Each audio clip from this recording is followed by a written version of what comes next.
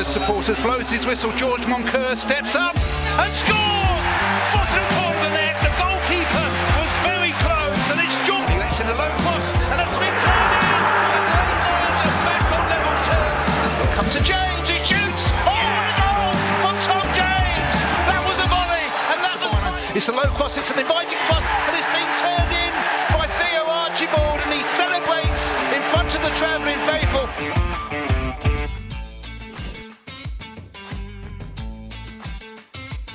And the stage is set for another massive League 2 fixture here in E10. And after the O's got back to winning ways against Carlisle on Saturday, they're on the hunt for another 3 points this evening against lowly Gillingham. And we are bringing every single second of the action right to you here on Orient Live. And we are absolutely delighted to be in the studio this evening with Jabbo Abire and Brendan Pitcher. And there is Brisbane Road shining in all its glory. And it's a fantastic opportunity to get back to winning, or to continue the winning ways this evening, Jabbo. Yeah, definitely. You know, after a great victory on the road, we're back at Orient, and you know, you want to continue that, and it's in a good opposition to do that against tonight. It certainly is, because obviously in League 2 the league table doesn't really matter when it comes to trying to pick a winner, but Gillingham haven't been in the best of form this season.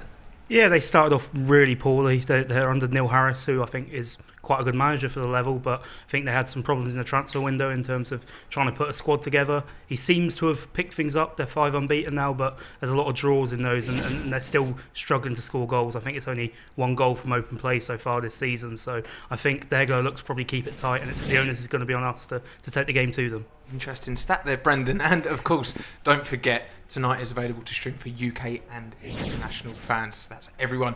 So just head over to the website that is on screen now to pick up your match pass to watch along with us live right here. And before we go any further, then let's take a look at the starting lineup for the O's this evening. There's been a few changes for the boys in red, and we'll go through it in full with number 22, Lawrence Vigouroux, starting in goal. In at right back is number 2, Tom James. At centre back 5, Dan Happy. After dropping out in the warm-up on Saturday, number 7, Paul Smith returns this evening, thankfully. And also in that wide position is number 11, Theo Archibald. Number 12, Jordan Brown, comes into the midfield, and making his first league start for the O's is number 13, Jaden Wareham. Looking to continue his goal-scoring form after hitting the back of the net on Saturday is number 16, Aaron Drynan. Wearing the armband is number 18, Darren Pratley. Partnering Dan Happy at the back is number 19, Omar Beckles. And number 32, Rob Hunt, slots in at left back. And on the bench for the O's, Sam Sargent, Shadoji, Craig Clay, Ruel Satiriou, Idris El Mazouni, who's coming back from injury slowly but surely, number 23, Charlie Coleman, and 40, Stephen Duke McKenna. And George Moncur drops out of the squad as he's recovering from a wisdom tooth. We hope you recover from that one very quickly, George. So there's a few changes.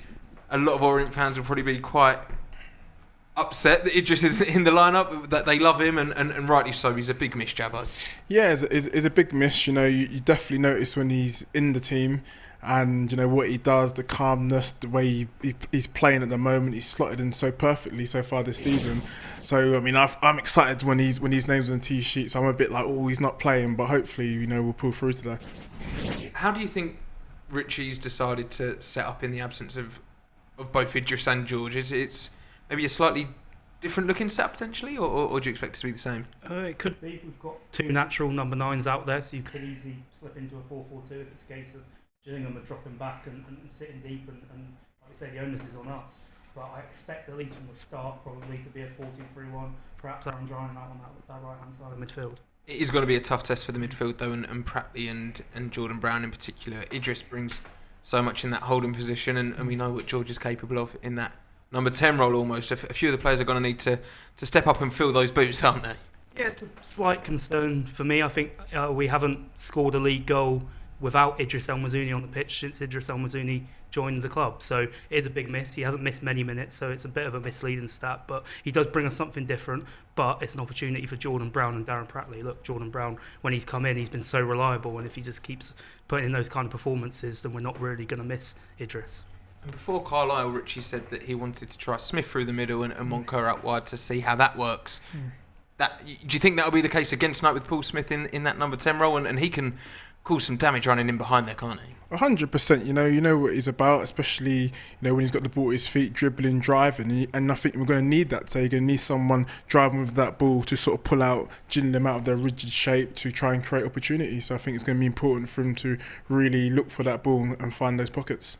And the three around him is going to be interesting. We've already spoken about there's two natural number 9s. Dranan's played a fair few games off the bench on that right hand side, hasn't he? Yeah, and it's interchangeable three in behind who I expect maybe Wareham to start as that number 9. I think all those three behind them could easily interchange. I think to start off with, maybe Drine on the right, Theo on the left, and Paul Smith through the middle. That'll be interesting because, as we know, Richie likes to normally play with inverted wingers, with right footers on the left hand side and left footers on the right hand side. Well, if you have Theo and Drine on their natural sides, it'll be interesting to see how that shapes up. Whether we try and get more balls into the box and things like that. And as we've already said, the onus is on Orient tonight. We managed to pick up a win and get back to winning ways on Saturday, but we haven't shone too brightly here at home in the last couple of home fixtures, and the impetus is on those front four almost to really take the game to Gillingham, isn't it? Definitely, because I think Gillingham are going to set up, they know how good Orient have been this season, so I think the onus is definitely on us, and I think it's a big game for the four. I think those four will go and win the game. I think Pratley and Brown will just try and keep the shape and keep the defensive unit tight, and then let the four players go and express themselves. And I love to see a bit more interchange and people turning up in different positions, but when we're out of possession they get back in. But I think that's how we're going to break a strong, rigid defence that are big. Can we move them around? Can people sharpen different positions and pull them apart a bit? We've seen that interchange a fair bit already this season, with Theo being able to play on the left or the right. He's on the majority of the time out on the right. Tonight, you think it might lend himself to being on his favoured left side? Does that excite you? Possibly, yeah. I think when we saw the best of Theo last season was when he was playing out on that left-hand side, and he could really drive on the outside of his fullback and just knock it past him and run, because that's where I feel like Theo's at his best. And some of his delivery when he's on the run and he's at speed is fantastic for this level. So I think it's just about, if we are playing that system, about getting players in the box. Maybe it's a case of someone like Darren Pratley with his height and physicality can kind of crash the box late and try and get on the end of some of those crosses. He's been in and out of the squad as well, but how good is Theo? We saw on Saturday just how good he is, but if you take a look at some of his goals and assists of Leyton and last season as well, he goes under the radar almost a little bit. Yeah, a little bit, because up until maybe Saturday he hadn't hit some of the spectacular goals that someone like Paul Smith had hit, but it all went right for him on Saturday. I think he'd been saying that he probably counted himself a little bit unlucky. I think just this finish here is just absolutely ridiculous, and it's a sign of a player in real form at the minute. I think he's starting to get the numbers, starting to get those assists, starting to get goals, and that's where we want to see Theo Archibald, because like we said, Paul Smith so far has been electric, but if you can get Theo Archibald up and running, Aaron Drinan's got 2 in his last 2, if you can get all 4 players all firing, then it's going to be an absolute threat at this level for anyone to handle. It really is, and we're seeing some of this link up. He's about to assist Paul just assisted him. You've got them two in the lineup tonight together, probably interchanging that. That's a nightmare for the opposition defence. It looks like fireworks. You want them both at it, and when Theo, I'm so happy for him to get his goals, because like you said, sometimes his performances do go under the radar because he doesn't get that goal, and sometimes think, he didn't score, but he does so much. And even some of those assists he lays on, some of them dangerous balls he whips in. So that chip just epitomises how confident he is at the moment. So hopefully he continues that and we start seeing him getting those numbers as well. And the defence is going to be key tonight. We're talking about taking the game to Gillingham, but the defence is really the consistent part of the team, and they're going to have to be as reliable as ever. Yeah, definitely. You don't want to get caught on a break, but also perhaps it's a night for someone like Tom James in terms of what he can bring going forward, because I expect us to have a lot of the ball, and when that is the case, you can use Tom James as that outlet from right back, and I probably, apart from the early parts of the season where he's scoring one of the goals, he probably hasn't contributed maybe as much as he would have liked so far this season. So perhaps it could be a case of trying to get the ball to him and seeing what he can do from those deep crossing positions. Well, it is a big evening here in E10, and we're going to catch up with the O's boss, Richie Wellens, and hear his thoughts ahead of this evening's game. Gaffer back here in E10 and a chance to build on that momentum from Saturday. Yeah, 2 home games, really big games. These are the last 2 games in our 10-game block. If we can get two positive results, it'll stand us in a fantastic position. But you know, a home game against a team that have picked up a little bit of form recently. They don't get beat a lot. You know, Neil's starting to turn them around, so it'll be a difficult game. Gillingham unbeaten in 5. What can we expect from them? Well, organised, big. You know, they play a centre-back at right-back whose quality is very, very good. Set plays are going to be important. We're going to need to defend them really well. But I think we'll have most of the ball. We'll have to make sure that we're good when we're attacking in terms of our shape when we're attacking, so we don't get countered on. Cheap free kicks, we can't be giving cheap free kicks and cheap set plays away. We need to be bright on the front foot, full of energy. And we'll cause them problems. You mentioned set pieces being one of their strengths. Obviously, we conceded from a set piece at Carlisle. With just one day training, how much work can you do on that? Well, we've not done any work on the set plays. Obviously, visually we'll show them on the video. But you know, we had a few problems, a few tired bodies yesterday. There'll be some changes tonight because of that. But no, it's set plays are always the same. Get against your man. Don't let him get across the front of you. If he gets beyond you at the back, then you've always got Aaron Drinnan, who's a 6-yard box space free to pull you out of jail. But on Saturday we let somebody get across the front of us, and that's really difficult for anybody to pull you out of trouble if you allow people to get across the front. In your time here, home form's been really good. Is there a certain secret to that or a certain formula? The away form's been better. Well, I think an accumulation of a lot of things. I think it's a well-coached team. I think we've got some really, really good footballers. I think our supporters are fantastic. And when you start putting all of them in a mix, then you get good results. So it's an accumulation of a lot of things. And then just finally, obviously, George Moncur missing tonight. What's this thinking? Yeah, he had his wisdom tooth out yesterday. He was struggling, so he went to the doctors and had his wisdom tooth out. So I've not seen him. Hopefully he's got a really big jaw, like when I had a wisdom tooth out. Theo's been struggling. He's got a bit of an eye infection. We'll have to wait and see up until he gets here to make a decision on him. And then there's a couple of little minor issues, tired bodies, players who have not played, who came back in and are feeling a little bit tight. So Monks will definitely be missing, but we'll make a call on the rest when the lads get here. Hopefully it will be a very happy Richie Wellens at the end of the evening as well. And just picking up on some of the bits he said there, we're missing a few. We've already spoken about all the injuries. Theo's been struggling with the eye infection as well. Still had a knife goal on Saturday, but it's a chance for this squad to kind of show their depth and pull together a bit, isn't it? Yeah, I mean, and that's why you know build. It's very important in the summer to build a right squad, because there's the stage of the season where you know key players get injured or pick up little knocks and need to be rested, and you have to rely and trust your squad. So, you know, it's what they're itching for as well. Some of these guys have been patient, waiting for the opportunity, so now they've got a chance to get in there and show what they're about. He highlighted set pieces as well, and the fact we shouldn't be giving away any silly ones. It's probably an area that Gillingham will be trying to target and get some joy from, and equally it's an area that Orient have maybe struggled in recently, both offensively and defensively. Yeah, Gillingham are a big side, and I expect them probably to sit quite deep and let us have the majority of the ball, and they'll be looking at especially the goals we've conceded in recent weeks and seeing that probably as their main way to goals. So they've probably worked on them in the week. They've probably crafted a few routines, and it's just about us kind of being organised, being switched on, and hopefully we won't concede from any tonight. Well, as Brendan said, it is just the one goal from open play for the Gills, but I'm sure they will still be posing a tough test for the O's, and let's take a look at how they line up this evening. There's a familiar face in goal. It's one of Jabbo's former school friends. It's number 1, Glenn Morris. Number 2, Shay Alexander. Number 4, Will Wright. Number 5, Max Amer. Number 8, and the captain, Stuart O'Keefe. Number 14, Robbie McKenzie. 16, Dom Jeffries. 19, Lewis Walker. Number 21, Hakeeb Adelakan. Number 22, Jordan Green. And 23, Elkan Baggott. And on the bench for the Gills is Jake Turner, Alex McDonald, Mikael Mandron, Hagi Amonga, Ryan Law, Scott Cashkit and Josh Chambers. Another familiar face on the bench there in the shape of little Scott Cashkit. And that is the Gillingham lineup. And it's, as we say, it's a big side, a side that are fighting a little bit, and one that we need to be really switched on for. 100%, you know, a side full of experience, with a bit of youth in there. Don't quite click this season, but you know they know what they're about. They know where they are in terms of their season, and they're really trying to galvanise and get going. But they are strong from set plays. To have someone in the shape of the new Loney, the Loney they're having from Ipswich, who's been a bit of a threat from set plays this season. So we just can't afford to give needless and wasteless free kicks, or just to add to spur them on a bit, you know. And we've obviously made a point of their lack of goals, but we've still got to be switched on as to how they might score them. We've said set pieces, but from open play, where do the O's need to be switched on?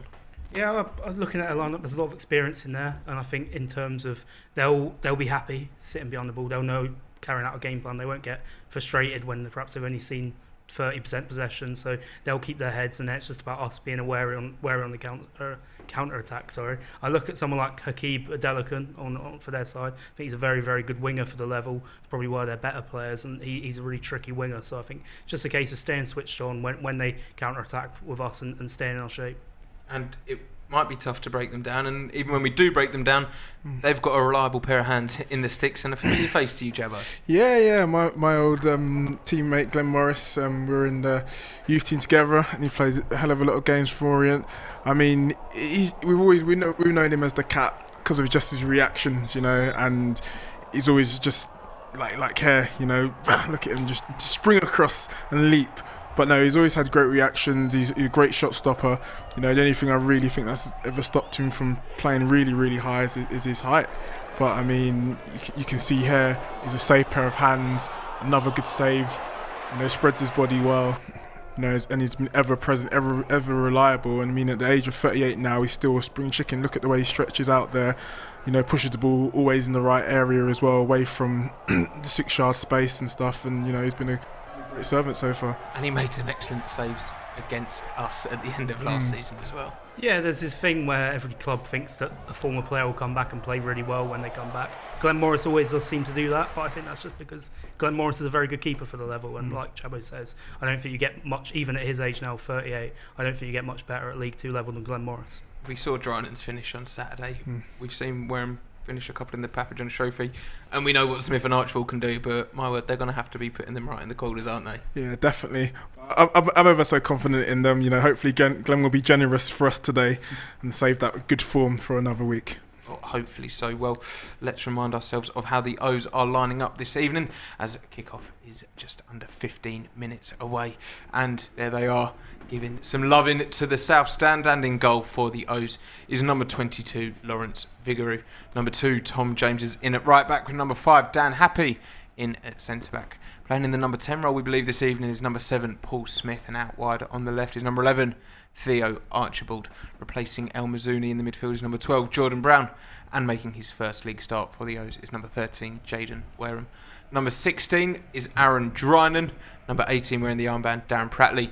Partnering Dan Happy at the back is number 19, Omar Beckles, and in at left back, number 32, Rob Hunt. And on the bench for the O's, Sam Sargent, Shad Oji, Craig Clay, Ruel Sotiriou, Idris El Mizouni, Charlie Kelman, and Stephen Duke McKenna. Now, Gillingham are going to be bringing a lot of fans this evening, Jabbo. They might have picked up on the fact we haven't won here in 2. We're hearing them from our studio, and there might be a bit of pressure about the place almost. Yeah, definitely. I mean, they brought a good following, and a recent form. We haven't quite got the results we wanted, but I just think we have to start on the front foot. We have to just get at them, win the second balls, don't give them any time to settle. And if we can do that, I think football-wise, we'll have a lot of possession, and hopefully we can do a lot with it. But I think we just have to be at them from the start. I mean, I don't know the stat off the top of my head, but you say about possession, and I think against Northampton and Newport, our last 2 games here, I think we probably averaged about 75% possession and scored 1 goal from a set piece. So it's all easy to say that we should do this, but it hasn't proved to be too easy of late. Yeah, I think that's something that Richie will have hopefully been working on, in terms of when teams sit deep at Brisbane Road and frustrate us and give us a lot of the ball, what do we do? Because I've seen us at times kind of throw the ball into the box, and we all know our strikers aren't big 6-foot strikers. They're more technical. They like the ball on the floor. So it's about trying to get these strikers into spaces where they're going to have chances to finish, and that's a tough ask, because if a team's sitting deep, there's not going to be a lot of space about. And we predict that it probably is Paul Smith in the number 10, Jaden Wareham potentially leading the line. And they are 2 barely small lads as far as professional footballers go, and it will be hard against their big back line. But how do they go about getting in behind those lines and trying to find some space? How do they do that?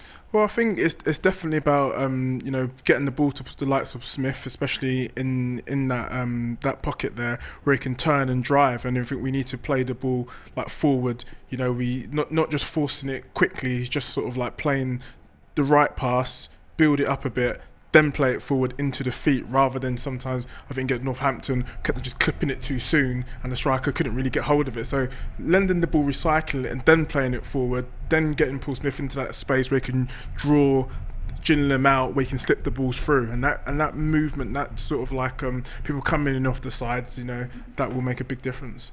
I think it's also about tempo tonight. I think when these teams come and try and frustrate us, I saw in the second half, especially against Northampton when they were down to 10 men, we were taking our time over things a little bit too much for me. I think it's about kind of not letting them get a chance to organise, breaking quickly. They're obviously going to set up and try and frustrate us, but if we can catch them out of position, that's going to be the key. I know we like to do these long throws and things like that, but it's about choosing the right moment to do that and hopefully trying to catch Gillingham on the hop and being a little bit more unpredictable. And let's focus on Jaden Wareham a little bit. We said about how he needs to try and find space, but aside from that, it's a big evening for him, isn't it? Yeah, I'm sure he'll have been chomping at the bit, knocking on Richie's door every week, asking why am I not playing? Because in the small snippets we've seen of him, we've seen how good of a finisher he is. He looks a natural finisher, as we all know. He's got goals written all over him, and he's a great. He seems like a confident lad. He seems like he'll want to take his chance, and it's just about getting opportunities. Because if he gets a chance, I think he will take it tonight. I mean, he took the chances in the Papa John's Trophy. He took 2 of them in the first 12 minutes. I think it was against Sutton, but I feel it'll be a bit of a different test this evening, and very different competitions, and it might find it a little bit tougher. I think it'll definitely be a bit of an awakening from, say, playing in the Papa John's now. But I think it's something he's been itching for. He's very confident. He talks very confidently, and this is his opportunity. And I think give him the right surface, give him the chance, I think he'll finish. And there's obviously a whole host of strikers at the club. Harry Smith came back from loan and will be raring to go in January when he's available to play, I'm sure. But you've got Ruel Sotiriou and Charlie Kelman on the bench as well. Drynan, who's we think will be playing out wide. In this team, if strikers aren't scoring goals, there's always someone just behind them ready to take their spot. Yeah, there's really good options in that squad. Now everyone is fit and firing like Aaron Drynan is. So it's a case of, look, Aaron Drynan's come in, done well. Charlie Kelman started the season so well, and he'll be slightly disappointed, I expect, that Richie's opted to go with Jaden Wareham today. But if that's the case, I expect Charlie Kelman to get on the pitch today. And if he gets on the pitch, then he'll be absolutely raring to prove the point and prove kind of Richie wrong in a way.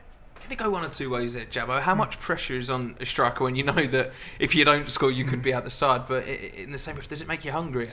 Yeah, definitely. I mean, I think it makes you more hungrier. I think the pressure is good, because sometimes when you are the leading striker, you scored a few goals and it's going well, sometimes you take your eye off the prize. When you got someone like knocking at the door and chomping at the bit behind you, I have to go and score, I have to go and perform, and it keeps you on the front foot. So as a striker, I think having the competition, sometimes like in training, and you want to be that person, you want to be that leading man, and you're waiting for your chance, and when it's your turn to shine, you go and take it. Hopefully someone will be taking it this evening. And of course, don't forget, it's back-to-back home games here in E10, and it's Salford here at Brisbane Road on Saturday, and tickets are on sale for that one. And don't forget, last Saturday was a sellout against Northampton, so make sure you pick up your tickets nice and early for that one. Or international fans, you can pick up a streaming pass to watch along as well. But before we even begin to look ahead to Salford, it's a good opportunity against a team that aren't in good form to pick up points and really cement our place. There's a big gap between us and fourth, and we've got a game in hand. If we can just keep racking these points up, Brendan, it's going to be a very, very good first half of the season. Oh yeah, it's still a fairly amazing start considering everything that's gone on with this club in recent times, considering where we were before Richie came in. It's such a turnaround around the place, and they must be really confident in a minute going into every game. So like you say, today we're top of the table, we've got a nice little gap there. If we can add to that, that's going to be even better. Do the players feel that? They've got the atmosphere that we can hear. I don't know if the mics are picking up, but they know they're top of the league. They know what they can do, and surely that 3 points is all that matters for them now. 100%. I mean, when obviously they've dropped down to second, it's not in your hands sometimes. If you get the result, you're worrying about what the other teams are doing. But when you're the top, you just know we turn up, we win, we're staying there, and it does give you momentum. It does give you that push. So the players would definitely know that in the back of their minds. Obviously, sometimes we don't want to talk about it and tell everyone, yeah, we want to, but they definitely know what it's about, and it galvanises them, and it puts the pressure on, and pressure is good. In what way does your heart tell you this one's going to go, Brendan? I'll go for a 2-0 O's victory, Ollie. a confident Brendan there. And thank you to Jabbo and Brendan for their pre-match thoughts. Make sure you join us back here at half-time in the studio. But now it's time to hand over to our match commentary team of Dave Victor and Matt Hiscock. Good evening and welcome to Brisbane Road. It needs to be fourth twist Brisbane Road over the next few days. Salford City in town, of course, on Saturday. But first it is Gillingham, Neil Harris's side. Difficult to beat, but they're finding victories hard to go by. And it's a big night, both for Omar Beckles, happy birthday to him, but also Jaden Wareham. Yeah, what an opportunity. Really pleased to see him get his first start in the league for the O's. He really impressed in the Papa John's Trophy. He almost broke the deadlock almost instantaneously with his first touch, but he scored on the night, performed really well, and now he's got his league opportunity. Really excited to see him in an O shirt tonight. Paul Smith as well, that's a big story. He wasn't too sure whether he'd be involved tonight, but he starts for the O's, as does Jordan Brown. But no George Moncur, I understand he's got a problem with his wisdom tooth. Yeah, it's a shame, isn't it? You think when types of injuries, of all the injuries you can pick up, a bit of toothache is not what you'd expect to rule you out of a game like this. But he is absent. El Mazzuni drops to the bench and Ruel Sotirio joins him. So big game, as you say, Dave. I think appropriate to say Gillingham, difficult side to beat. That's reflected in their